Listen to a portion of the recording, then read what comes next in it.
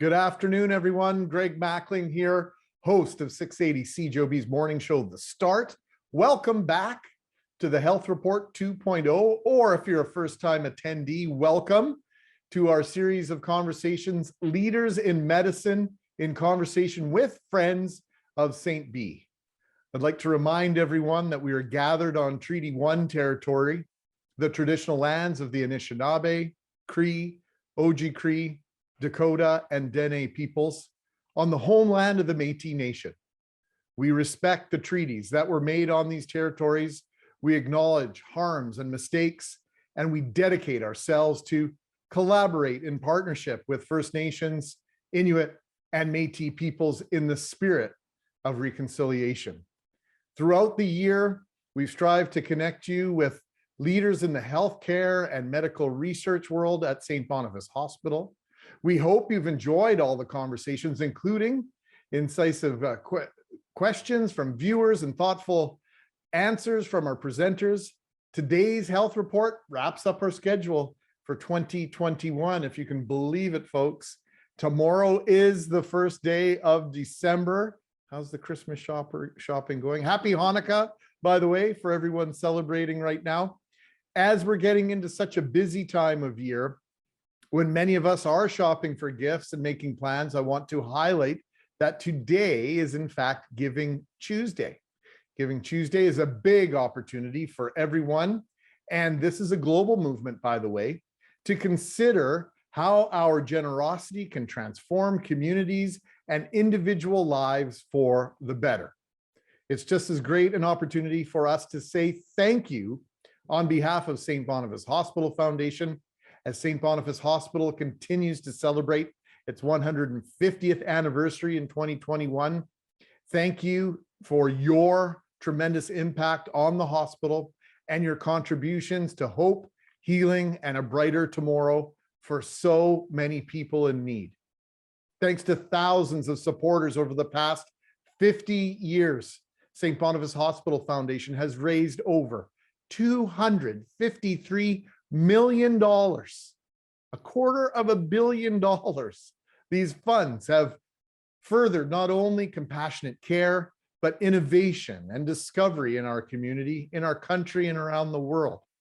No question, our guest today embodies these qualities.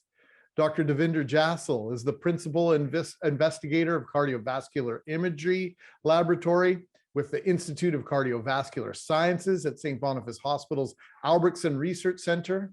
He's professor of medicine, radiology, and physiology. He's also chief of cardiology in the Department of Internal Medicine at the University of Manitoba. He was born in Thompson, Manitoba. Dr. Jassal obtained an international baccalaureate degree at Sisler High School here in Winnipeg. I'd like to say go Spartans, Dr. Jassal, but I won't do that as a DMCI grad. He furthered his education here at the University of Manitoba with an MD in '98. He then furthered his training at the University of Manitoba, at Dalhousie University, and at Massachusetts General Hospital, Harvard Medical School. Dr. Jassal has a focus on the relationship between cancer treatment and cardiac disease, particularly as it relates to women's heart health. I'm eager to hear more about the promising research he and his team have underway. Just before we get rolling here, Dr. Jassal, we'll take about a half an hour conversation. Then we'll have about 15 minutes for questions and answers from you listening at home or wherever you might be. And throughout the conversation, we will have you all on mute, but you'll be able to type your questions through the chat box. And I'm not sure if it's over here, or down here, but I'm sure you can see it. And before we wrap up for the afternoon, we'll be sharing a special 3-minute thesis, 3MT presentation from Cameron Eekhout, one of Dr. Jassal's talented graduate students training at the hospital's Albrechtsen Research Center. Always a mouthful bringing you on, Dr. Jassal, but you know what? Your credentials speak for themselves. It's great to see you again. How are things with you? Thanks, Greg. It's been great. It's obviously been a very challenging couple of years, obviously with all of us in the pandemic, but super excited to share our research that we're doing that causes the intersection between heart health as well as breast cancer in women with heart disease. Like this new format of the 2.0. In the past, you and I have been doing this, but it's all been on the microphone back near CGOB over at Polo Park. So looking forward to the next half an hour. Well, appreciate it. And you look very fine in your vest and your tie. I know nobody's used to seeing you dressed like this right now. So it's great to dress up a tiny bit. So why don't you just tell us how you became focused on women's heart health and specifically this relationship between breast cancer treatment and heart disease, because this is something you and I have been discussing for a decade. Yeah, no, it's great. So I'll take you back to 2004, 2006, when I was out at Mass General Hospital in Boston. And at that time, this new term of cardio-oncology was coming out. Cardio is basically Latin for heart. Oncology is that for cancer. And what was happening is we were starting to see young women in their 30s and 40s getting diagnosed with breast cancer. They basically would feel a mass in their breast. They would go see their doctor. You would get a mammogram done and it would diagnose you with breast cancer. And you would have the various treatments, Greg, for the breast cancer. You would have a surgical resection, which means that we take a bit of the breast cancer or all of it out of the breast. We would get radiation therapy, which would shrink the cancer down. And then the most important thing in the treatment of breast cancer is giving what's called chemotherapy. Now, chemotherapy is the medication that we put into the veins of patients so that we can prevent the cancer from spreading throughout the body. Side effects that all of us know that chemotherapy can cause is you can lose your hair, you can vomit, and so forth. And there's this one particular chemotherapy that majority of women with breast cancer will get. I'm not going to go into the fancy word, but the acronym is called DOX, D-O-X, and it's a great medication. Kills cancer cells. It looks like Kool-Aid, but we call it the red devil. And the reason we call it the red devil is that although it's great for killing cancer cells, especially in breast cancer, it can also damage the heart as well. And so what we were finding is going back to Boston 2004, 2006, here's this young 34-year-old comes in, and she's had breast cancer, she's had the surgery, the radiation, the chemotherapy, has completed the treatment. And now she comes to the doc and says, hey, doc, I'm short of breath. I can't climb up a flight of stairs. My feet are swollen. I can't get my shoes on. And so we, as a heart specialist or a cardio oncologist, a heart doctor who takes care of patients with cancer disease, we worry about her developing heart failure. Now, what is heart failure? Heart failure is basically a term that means that your heart is not pumping very well. My dad's a heavy-duty mechanic, and when I see patients in clinic, I make it very simple.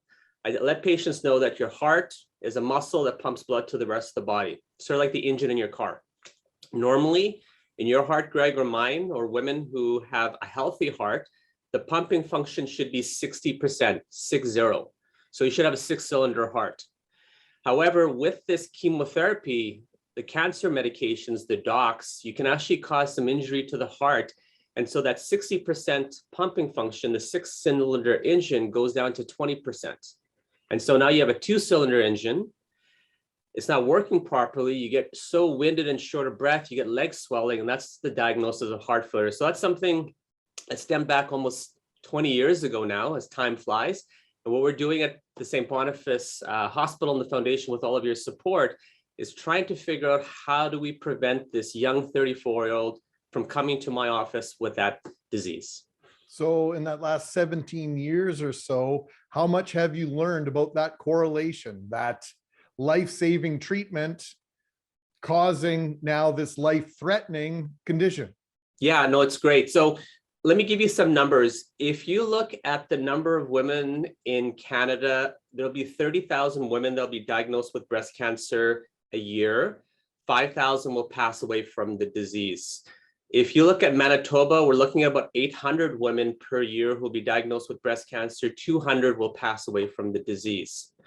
Now, when you look at our your conference or meeting with myself, we're basically looking at every 20 minutes, one woman will be diagnosed with breast cancer and one will pass away in the hour.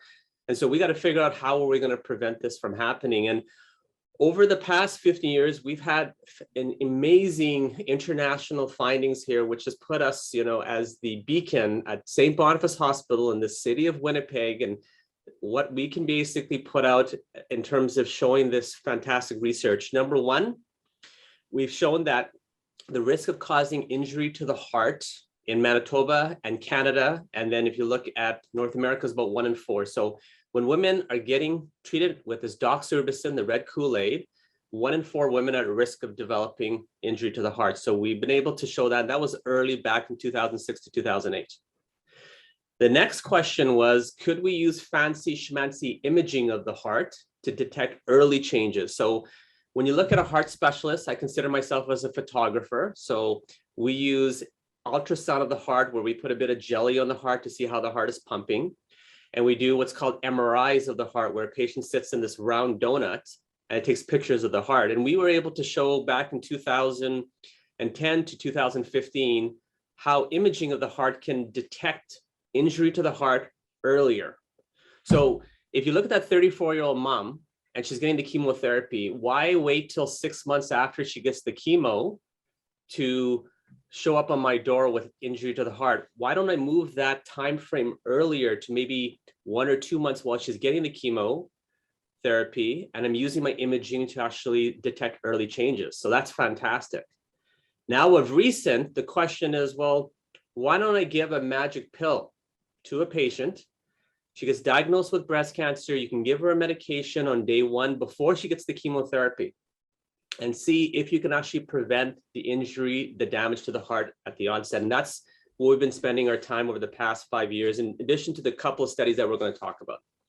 So that would be given in every instance, or are we at the point where we can be predictive and have an educated guess as to who might be susceptible going into chemotherapy, who might be susceptible to developing this heart condition?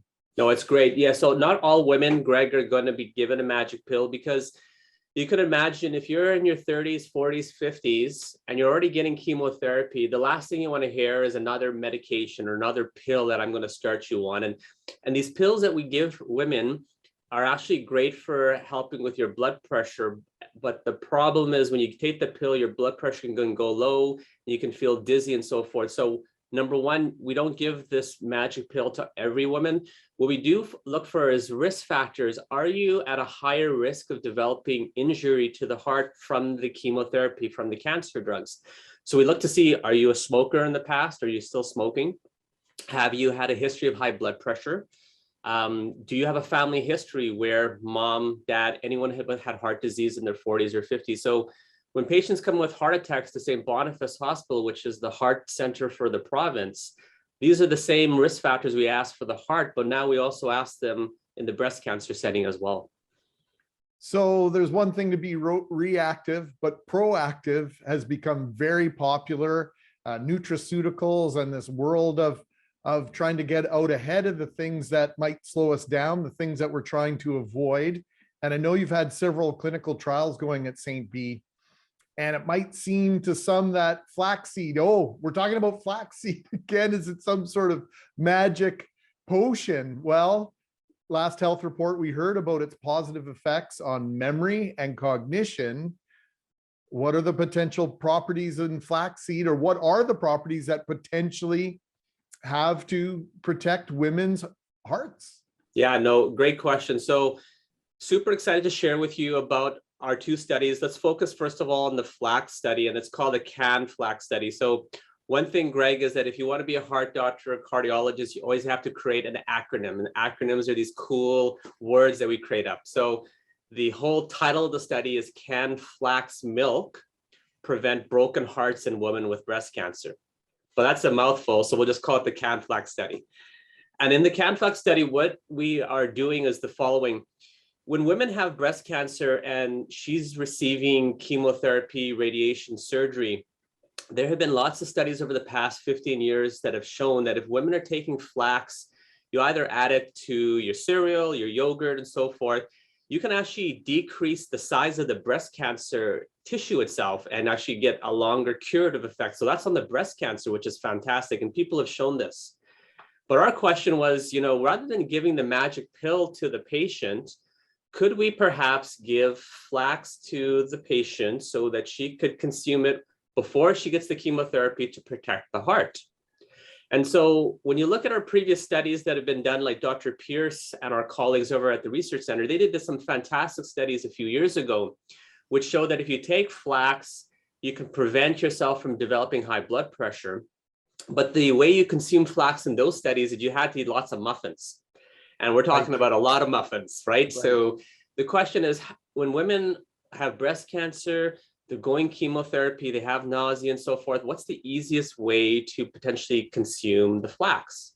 And so what we've done is we partnered up with our colleagues at Pizzi's Ingredients. Linda Pizzi in Russell, Manitoba, is one of the world's largest flax producers internationally. So I'll say that again. Russell, Manitoba is one of the world's largest flax producers, right here, homegrown Manitoba. I'm making a note right now. Right. And so I spoke to Linda and her team, and I said, well, how could we potentially get flax in a form that we can make it easy for people or patients to consume? And so over the past couple of years, Linda has created and her team this flax milk product. So you go to Sobeys, you go to Superstore, you have your old-fashioned homogenized milk, but then you look beside and you have the other milk, right? You got the soy, you got the almond milk and so forth. Well, she was able to create this flax milk product, which gives you 15 grams of flax in a glass of milk.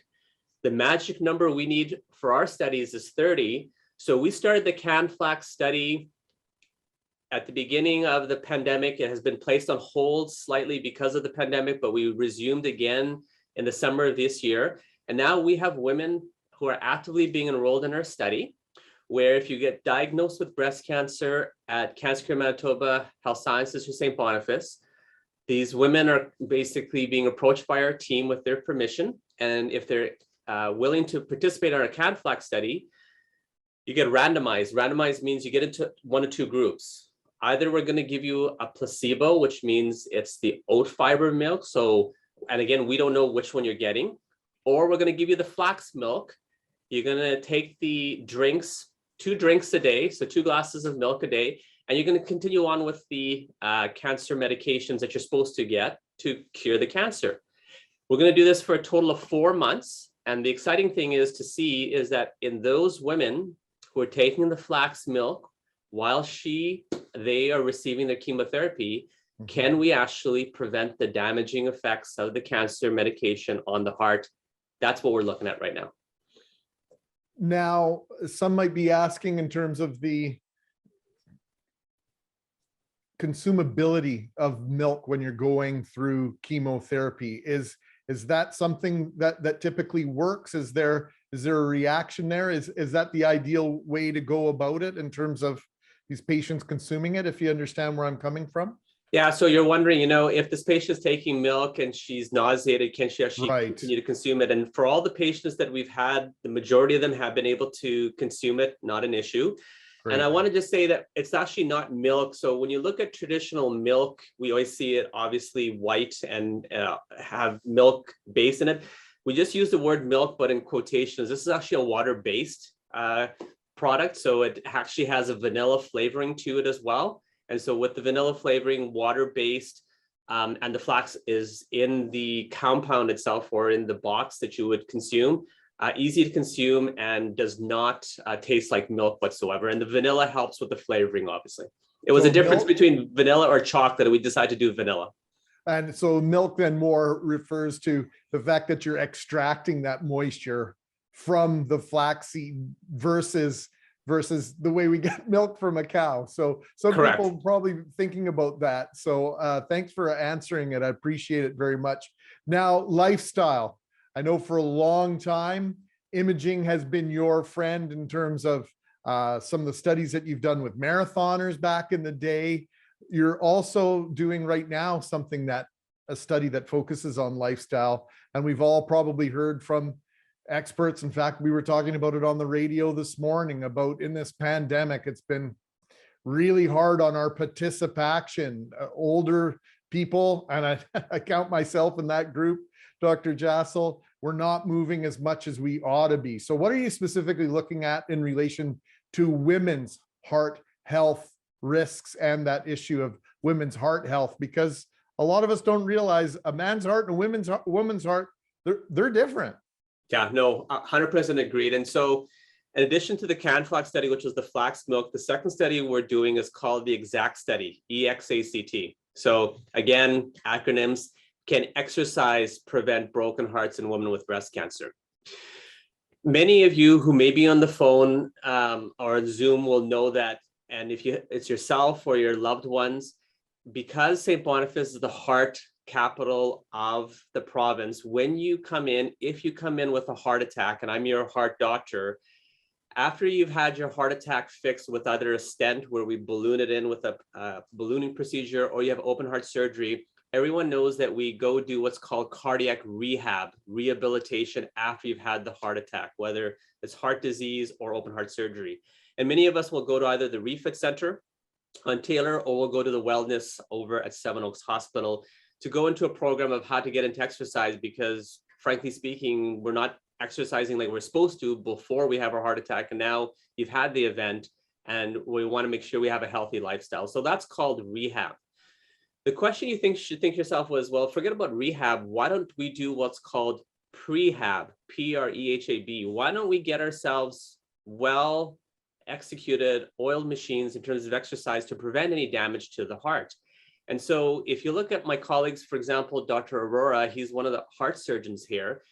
He's been doing fantastic work over the past decades, where when you have heart disease and you're waiting for open heart surgery, we actually send patients to go to the refit or wellness to have called prehab before you have open heart surgery to make sure you have a good outcome.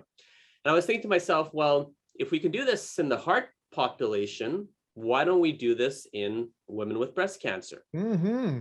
So we originally did the EXACT study back in Nova Scotia with my colleagues. So the EXACT-2 study that we're doing right now is a study that we're doing with our colleagues in Halifax. And the EXACT-1 study, 1.0, was done back a couple of years ago.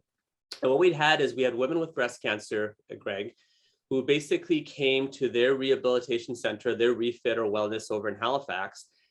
While she is receiving the chemotherapy, she would do exercise 3 times a week. And we noticed that if those women who did exercise compared to those who had a more of a sedentary lifestyle, you actually had better effects on the heart. The problem with the EXACT 1.0 study is that you actually had to get into your car, you had to drive to the rehab center, and we thought to ourselves, how could we make this more convenient for patients, especially in the pandemic world, to do it at home? So when EXACT 2.0 took off last year, and we're still enrolling patients here, as well as Halifax for this is what happens, Greg.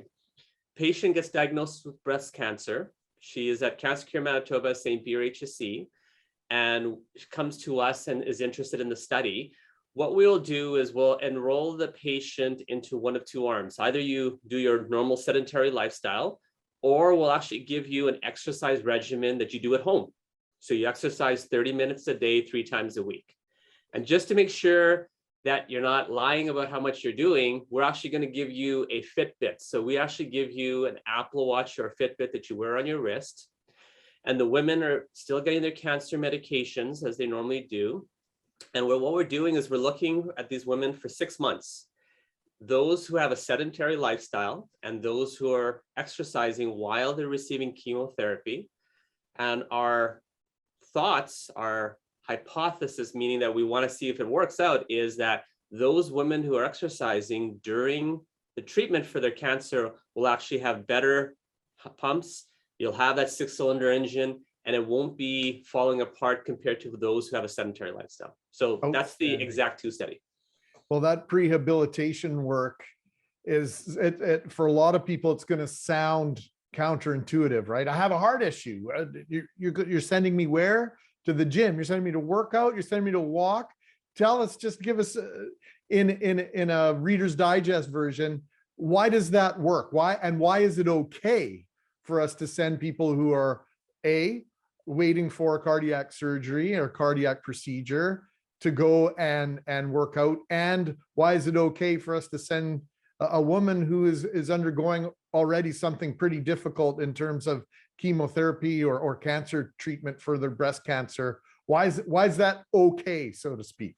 Yeah, when you look at the open heart surgery patients that are waiting, although they have narrowing of the pipes of the heart, the most important thing is still to be able to exercise to the limit that you're able to without obviously developing symptoms of heaviness in the chest or breathing issues. But you want to improve the flow of oxygen, not only to the heart itself, but also to the brain. And then if you look at our women with breast cancer, it's the same theory as well. You're getting the surgery, you're getting the radiation, and you're getting the chemotherapy, right? Which is a lot of very taxing treatments on your heart. And it also comes to mental health as well, Greg, which is super important. And if you think at the end of the day, right, the three most devastating diseases that are going to take us are heart disease, cancer, and stroke. And in those diseases, which we're talking about two today, mental health and well-being is so important. And for you to be able to go do exercise, whether it's at home, whether it's with your partner, getting fresh air, whether it's actually going to, say, the refit or the wellness for our open heart surgery patients, and just having that ability to interact with colleagues and get out of the house and not having to sit in front of the TV and watch Netflix, super important to get that mental health, your wellness, as well as getting increased flow of blood throughout the entire body. And as I'm sitting here listening to you with that incredible explanation, so often we have friends or loved ones that are dealing with cancer or a heart condition, and you feel helpless. What can I do to help? We can make some lasagnas or go over and do some chores or whatever. But in this case, maybe taking out your friend, your loved one out for a walk, or going to the gym with them, that might be the best thing possible for both of you. Yeah, and the prescription, right? Forget about myself writing you a prescription for this X pill or Y pill. The prescription of just having the ability to go exercise and walk with your colleagues. And I'm not saying that you need to go buy yourself a Peloton machine and go work out very hard for 30 minutes. But if you can go for 30 minutes with your partner and you have your dog and you're going out and having the fresh air and increasing your heart rate and helping that heart pump more blood to the rest of the body, it does everyone best. We have a question here I'd like to translate and send to you, Dr. Jassel. What are the risks of the magic pill, in particular if you have already an artificial aortic valve? Does that complicate things? Great question. So in terms of an artificial aortic valve, for those that are on the phone call here, the valve is basically a door that opens and closes in your heart. There's 4 valves. The way that I explain to my patients is, imagine the old saloon doors in the cowboy movies in terms of the hinges. And as you get older, some patients' valves may either become too tight, so the hinges aren't working very well and you need the WD-40. So again, I call it to my dad there. Or the valve is leaky where the doors aren't closing properly. And in those patients, if the valve's not working properly, we'll have to take out your valve and we put in an artificial valve. And that could be either a piggy valve or a moo valve, which is a cow valve, or we can give you a mechanical valve. Now, in terms of the valves themselves, the question was, if we give you this magic pill, will it have any effect on the valves? The answer is no. The medications that we use to protect the heart or to treat your heart after you've developed heart failure. So going back, Greg, to that 34-year-old mom who comes in with injury to her heart and her pumping functions back at 20% now instead of the 60, the 2-cylinder instead of 6-cylinder. Well, what I need to do in that case is, number one, pick up the phone and speak to the cancer doc and say, listen, we can't give her any more chemo, but more importantly, we will start you on these 2 heart pills to help improve the squeezing function of the heart. The side effect of that is that it can cause your blood pressure to go a little bit on the lower side just because it's a blood pressure pill. And so I think that's what's super exciting about the exercise and the CanFlax study, is that if we can show that flax milk with no side effects in terms of your blood pressure can protect the heart, or exercise 3 times a week can protect the heart, maybe it can just avoid having to put that pill at the end of the day. Yeah, it sounds like a bunch of redundancy, which is the key in so much technology and in our lives. If we're covering off all the different bases, boy, oh boy, it really is a magic prescription if by the sounds of things. So this is outstanding research, and clearly you come to your research from maybe a different world than some other researchers do. It's an opportunity because you're at St. B, you're a practitioner and a researcher. So that's an outstanding outlook, I think, in terms of you understand what the value of your research is. You have to look into the eyes of your patients and their friends and families, their loved ones, when things don't go well. So there's a little bit of incentive, I would imagine, to make this go, to go well down the line here so that you don't have to have so many of those difficult conversations. How do the experiences of patients inform your research, and do patients have a voice? Do they have an impact on that? Yeah, and I think you bring up two great points there, Greg. Number one, I am so blessed when I came back in 2006 to St. Boniface to have this incredible infrastructure, the resources, the donors, the foundation, because at the end of the day, if you look at St. Boniface, you have the research center, which is right beside the Asper Center, which is right beside the main part of the hospital. And as a clinician scientist, so clinician, heart specialist, I go see patients in my clinics. These are patients who are being referred, perhaps with breast cancer, who have shortness of breath, heaviness in the chest, and I can see them face to face and come up with a diagnosis and see how we can treat them with all of the facilities at this hospital. I can also walk across just the hallway to go see my students, my graduate students, my lab, to basically figure out all of these experiments we're doing to see how could we prevent it. Because the beauty of being a clinician scientist is if we discover something in the research center in the Asper, we can translate it and bring it to the clinical world to have a huge impact. So that's incredible. The second comment is about patients. At the end of the day, Greg, the reason we're doing this 2.0 is all about patients, right? Whether it's myself, when I become a patient one day, your family, your friends, you want to make sure that your patients are always going to have the best outcome in terms of survival and treatment. And so what I'd like to share, I guess, with the group is when you look at the team that we've developed over the past 15 years here, Greg, we have what's called, again, another acronym, MCON, M-C-O-N. M is Manitoba, that's our province. CO is cardio oncology, cardio heart oncology cancer network group of people. And traditionally, Greg, what we've had is we've had basic scientists at the research center, heart specialists like myself, and cancer specialists at Cancer Manitoba working collectively to be able to come up with great ideas of how do we prevent and treat heart injury in women with heart problems. I think more importantly, however, is, well, how can we get the patient's voice in, right? Because patients are very important. They are the central of our bike spoke. And so of late, just recently, Canadian Cancer Society is a funding agency that I'm applying for. I can tell you I've been doing this for 20 plus years, and I've never actually seen in an application form where they want to see that you actually have incorporated patients, the voice of survivors, as part of the application. So over the past 15 years that I've been here, Greg, I have about 2,000 women that I've actually followed with this injury to the heart. And they've been wonderful to work with, not only as my patients, but as colleagues as well, because they are part of the research studies and they give me ideas of what to do next. And two patients particularly are actually part of our team for the first time.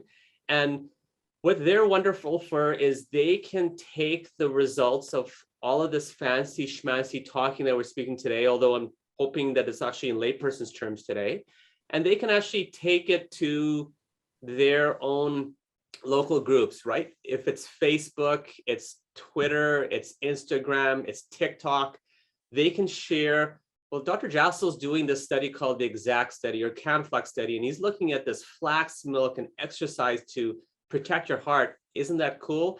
That's where it's great to help and work with patients who are part of my team now, because they're great at disseminating information and sharing this with the people at the end of the day, which is what's super important. Yeah, I'm familiar with at least one of those individuals, Jackie Ratz. She's outstanding. I've had her on the radio multiple times over the years, and her passion, her story, it relates to people. Those community advocates are critical. And if I just may say, before we move on to some questions and answers from our viewers, is just having you as a homegrown product, to have you doing what you do here where you grew up. Not only is it, hey, great for Dr. Jassel, but it's great for us because you live amongst us. You're one of us. You're a Manitoban. You're a proud Winnipegger now. And so this also gives you, I think, some added incentive for these things to go the way you want them to, and for you to share the story successfully with other members of your community. You're not just talking from an ivory tower, so to speak. No, and I'm purely humbled by those comments there, Greg, right? At the end of the day, the boy is born in Thompson, Manitoba and gets raised in Winnipeg. And no offense against your high school, but yeah, I'm a Sister Spartan at the end of the day, right? And so I've been very fortunate to train here, go away to Dalhousie, to this little school in Boston called Harvard, and really great to get this expertise or skill set to bring back to our province. You can understand that lots of clinician scientists like myself would go to these big centers, Montreal Heart Institute, Ottawa Heart Institute, the Toronto General Hospital. But at the end of the day, if you look at St. Boniface in Winnipeg, Manitoba, which has the ability to have your research enterprise with patient care side by side with each other, you can't ask for anything more. And you know, as I'm getting older, because you and I started this relationship back in 2007, I was looking at my CV when we first started this, when I was a young mid-30 whippersnapper, and now I'm approaching this thing called 5-0. But it's incredible what we've been able to accomplish over the past 15 years with your support. And I'm looking at the donors, I'm looking at the foundation, I'm looking at the hospital. But again, I'm looking forward to the next 15 years because this boy is here to stay, and we're going to create fantastic findings locally here that we're going to spread not only from coast to coast to coast in Canada, but we'll spread it across internationally because that's what we do. I love this. So from one of our attendees, is there a benefit for women who have had breast cancer treatment to take flax on a regular basis? Do we know enough? Yeah, so it's a great question. So the answer is yes. In terms of if you've had breast cancer treatment before and you're a survivor, so congratulations on that. We know that if you take flax, it will prevent potentially recurrent breast cancer from developing. So I would recommend it, whether you get the flax and put on your yogurt or cereal every morning. Will it protect the heart long-term? I don't have the answer to that yet. I can share with you that, as I was mentioning, that we have over 1,000 patients that we've followed over the years, in the past 15 years here at St. B. All my patients back in 2006 or 2007 who have had some injury to their heart, we do have long-term follow-up up to 2021. And we are studying these patients, these women, to actually see if there's long-term effects on their heart, or if their heart recovers, do they live a normal life and they can come off the pills altogether. So let's also ask then the long-term prognosis. Kathleen, good afternoon to you. Thanks for sharing this with us. What's the prognosis for a lady's heart if her heart, quote, ran on fewer cylinders, lower ejection fraction during cancer treatment? So I love it. Kathleen's using the word of ejection fraction, so I'm happy that everyone's on the cylinder here. So Kathleen, I'll give you a class example. I'm running a clinic this afternoon and this morning because I do clinics on Tuesday afternoons. And of my 12 referrals, I'll have at least 2 or 3 that'll have injury to their heart. And when I get that the referral of the 40-year-old female who comes in to her cancer doc, gets the chemotherapy, and her pumping function goes down from 60 to 40 or to 20, the cancer medications will be stopped. The patient will be referred to myself because I'm the cardio-oncologist in the province, not the only one, but majority of women will get sent to myself. And I always share with patients the 2/3, 1/3 rule.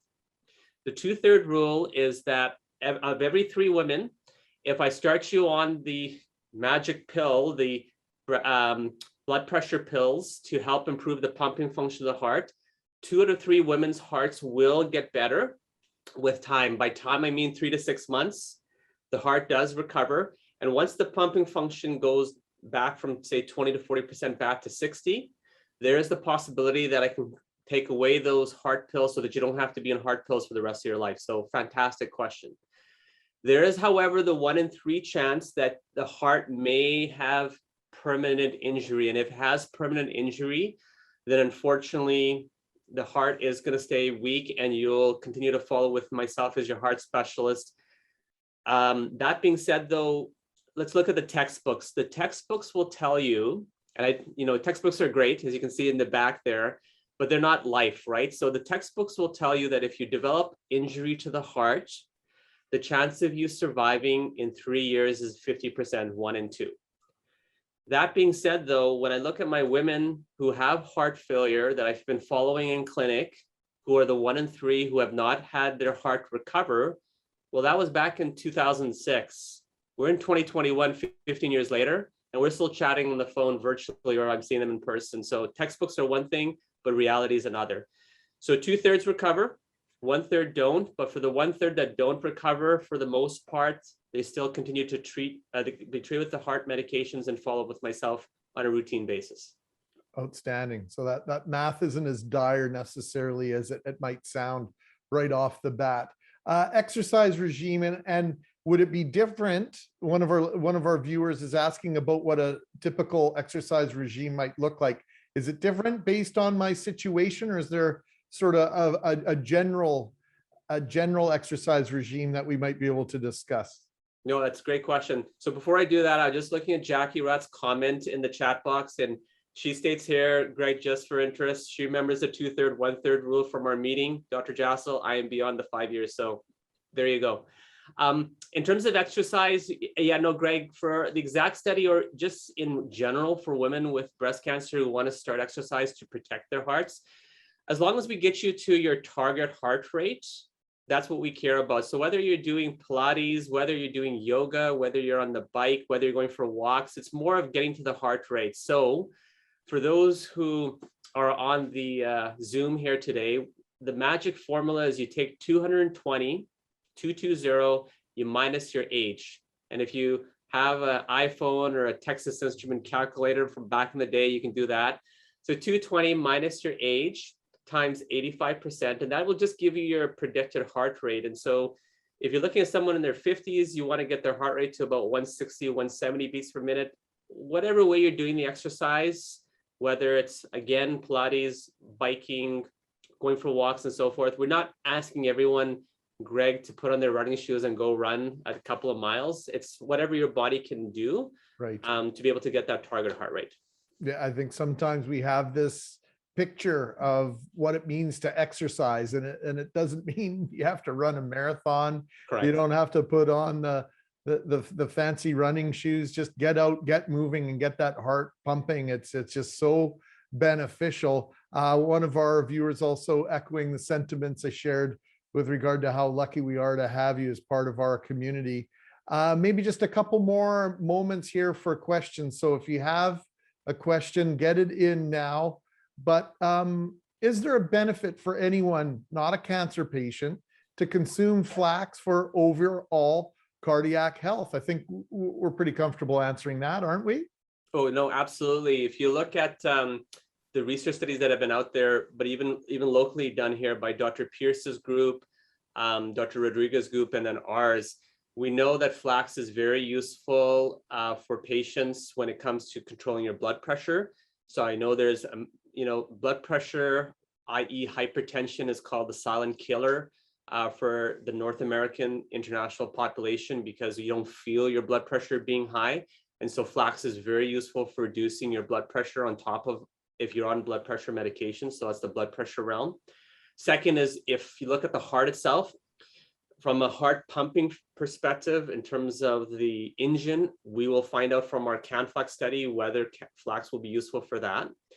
The third group of people are those who have narrowing of the arteries. So when you think of heart disease, there are basically 3 pipes that supply blood to the heart, a pipe at the front, side, and back.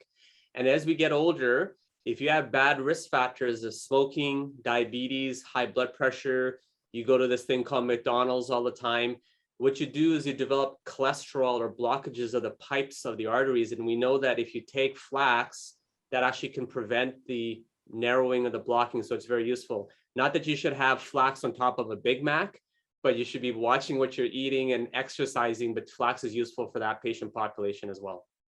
So it's not a magic pill, nothing is, but there are mitigations that you can take to take care of yourself a little bit more. I find it always ironic, and we'll maybe close on this, Dr. Jassel, is we always want that magic pill. We want that prescription, but the prescription for keeping us out of hospital and keeping us healthy is sort of known with just about every single health ailment. It's exercise, it's sleep, it's watching your diet, not too much alcohol, don't smoke, those sorts of things. And, you know, if we could all follow that prescription as diligently as we do the one that comes in the plastic bottle, we could really cut down the requirements for experts like you. Not that I want you to go anywhere. You know, we go preach what moms always tell us is to eat healthy, exercise, don't smoke.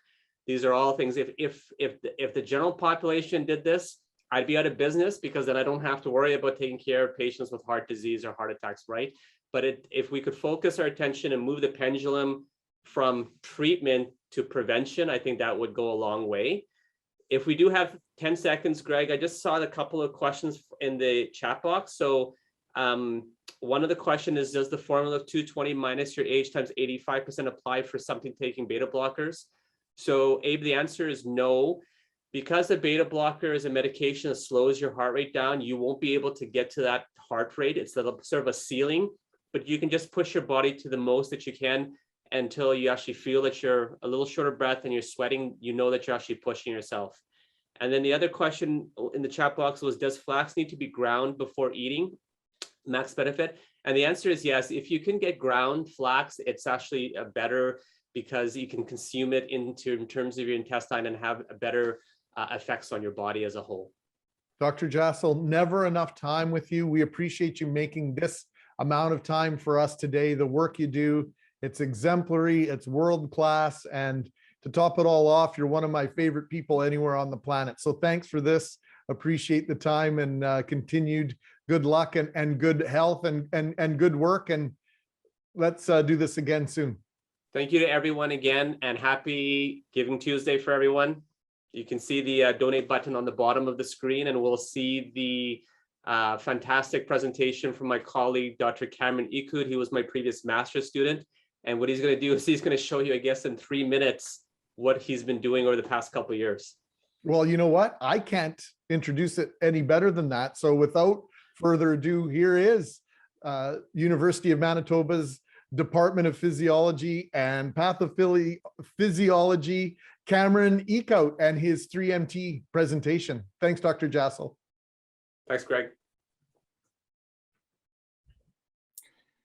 What if I told you that beating cancer is not the end of the battle? For many, surviving cancer may actually mark the beginning of a new deadly health challenge, heart failure. Representing a quarter of all new cancer diagnoses among Canadian women, breast cancer remains the most common cancer faced by women to date. Despite tremendous improvements in the overall detection and management of breast cancer, collateral heart damage remains a significant and scary consequence. Symptoms of this heart failure can be debilitating, often leaving individuals with life-altering, long-lasting side effects. Current medical practice involves prescribing multiple heart failure medications after damage is done, which unfortunately for many is too late. Additionally, many heart failure medications lower blood pressure, heightening feelings of lightheadedness. The idea of taking yet another pill to prevent heart damage is nauseating for many cancer patients. I believe we have a duty to prevent cancer patients today from becoming cardiac patients tomorrow. Up to 30% of women with breast cancer choose to consume alternative supplements, including flaxseed.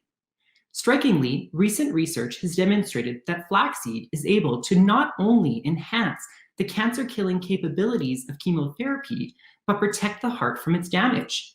This has led to my study, which hopes to compare whether flaxseed, grown and harvested right here in Manitoba, will work comparably to these heart-saving medications at protecting the hearts of women with breast cancer.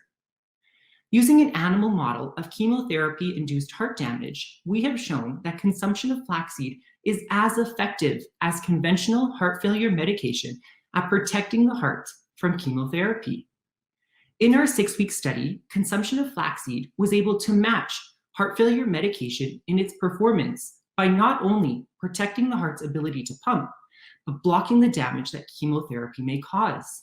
Essentially, flaxseed was able to keep those heart cells healthy during and after chemotherapy.